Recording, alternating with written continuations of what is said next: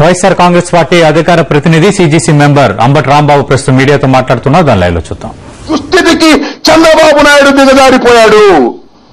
కోటాను కోట్ల రూపాయలు కొన్ని ఛానల్స్ కి ఇచ్చి వాళ్ళు ఏ క్యాసెట్ పంపిస్తే ఆ క్యాసెట్ ఇక్కడ రన్ చేయాలి.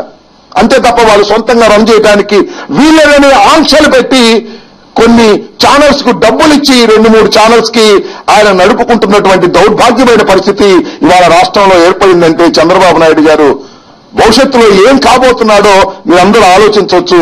ఎందుకంటే భవిష్యత్తులో ఆయన ముఖ్యమంత్రి కాదు, చివరికి ప్రధాన ప్రతిపక్ష స్థానాన్ని కూడా కైవసం చేసుకోలేని దౌర్భాగ్య పరిస్థితికి నెట్టబడుతున్నటువంటి విషయం మనందరికీ తెలుసు. ఆయన అంటున్నాడు, పేద ప్రజలు కన్నీళ్లు కారుస్తున్నారు, పేద ప్రజలు ఇబ్బందులు పడుతున్నారు, వారి కష్టాలు చూడలేకపోతున్నాను, వారి కన్నీళ్లు తొడవాలి. తొడవయ్యా బాబా అంటే ఇప్పుడు కాదంట, ముఖ్యమంత్రి అయిన తర్వాత తుడుస్తాడట. అంటే అయ్యా, పేద ప్రజల యొక్క కన్నీళ్లు చూసి నువ్వు బాధపడుతున్నావా, లేక ముఖ్యమంత్రి కాలేకపోతున్నానని నువ్వు బాధపడుతున్నావు?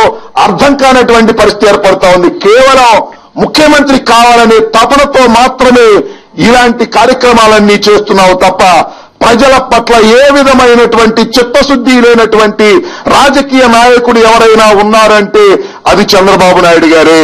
చంద్రబాబు నాయుడు గారు అధికారంలోకి వచ్చిన తీరు మనం చూస్తే ఒక కుటుంబాన్ని, ఒక రాజకీయ పార్టీని చిన్నాభిన్నం చేసి, ఒక కుటుంబాన్ని చిన్నాభిన్నం చేసి రాజకీయ అధికారం సంపాదించుకున్నటువంటి చంద్రబాబు నాయుడు గారు ఇంతకన్నా గొప్ప విషయాలు చేస్తారని నేనేం అనుకోవడం లేదు. కాబట్టి చంద్రబాబు నాయుడు గారు మిమ్మల్ని ప్రజలు నమ్మడానికి సిద్ధంగా లేరు. మీరు పాదయాత్ర చేసినా, మరొక యాత్ర చేసినా ప్రజలు నమ్మరు. మీరు నవసూత్ర పథకాలు పెట్టినా, మరొక సూత్ర పథకాలు పెట్టినా ప్రజలు మిమ్మల్ని విశ్వసించేటటువంటి అవకాశం లేదు.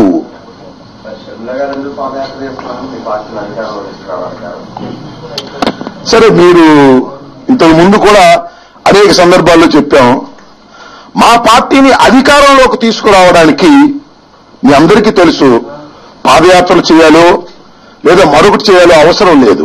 ఎందుకంటే చరిత్ర నిరూపిస్తున్నది. రాజశేఖర రెడ్డి గారు మరణించిన దగ్గర నుంచి ఇప్పటి వరకు జరిగినటువంటి ఎన్నికల్లో మేము నిలబడిన అన్ని చోట్ల గెలిచాము, ఒక్క 3 చోట్ల మినహా. నిలబడిన అన్ని చోట్ల ఓడిపోయింది తెలుగుదేశం పార్టీ. నిలబడిన 90% సీట్లలో ఓడిపోయింది కాంగ్రెస్ పార్టీ. ఎవరు అధికారంలోకి రాబోతున్నారు చాలా స్పష్టంగా అర్థమవుతుంది కదా ప్రజలు ఇచ్చినటువంటి తీర్పు.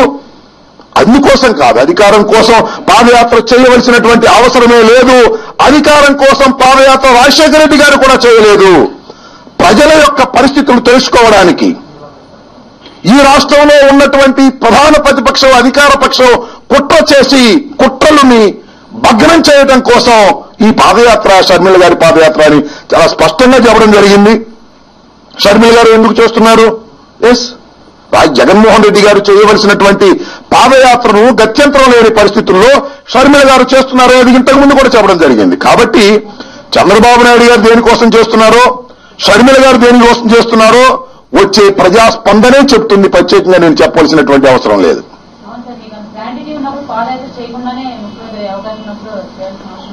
ఖచ్చితంగా అవసరం లేదు. ముఖ్యమంత్రి కోసం అయితే అవసరం లేదు.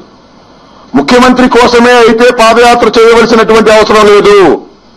మేము ముఖ్యమంత్రి కోసం పాదయాత్ర చేయడం లేదు కాబట్టి చేస్తున్నాం. ప్రజా సమస్యలను తెలుసుకోవడం ఒకటి, ప్రభుత్వానికి నిరసనగా ఏ ప్రభుత్వం అయితే రాజశేఖర రెడ్డి గారు వాగ్దానాలు చేసి అధికారంలోకి తీసుకొచ్చాడో బస్ ఛార్జీలు పెంచను, కరెంటు ఛార్జీలను పెంచను అని, మరొక 5 సంవత్సరాల పాటు పెంచను అని వాగ్దానం చేసి రాజశేఖర రెడ్డి గారు ఓట్లు వేయించుకుని అధికారంలోకి వచ్చిన తర్వాత రాజశేఖర రెడ్డి గారు మరణించిన తర్వాత 3 సార్లు బస్ ఛార్జీలు పెంచారు, 3 సార్లు విద్యుత్ ఛార్జీలు పెంచారు. అంటే రాజశేఖర రెడ్డి గారు ఏ వాగ్దానాలు చేశారో కాంగ్రెస్ పార్టీ తరఫున ఆ వాగ్దానాలన్నింటినీ కూడా తుంగలో తొక్కుతున్నటువంటి వైనానికి నిరసనగా, తెలుగుదేశం కాంగ్రెస్ పార్టీలు కలిసి కుట్రలు చేస్తున్న దానికి నిరసనగా ఈ రెండింటిని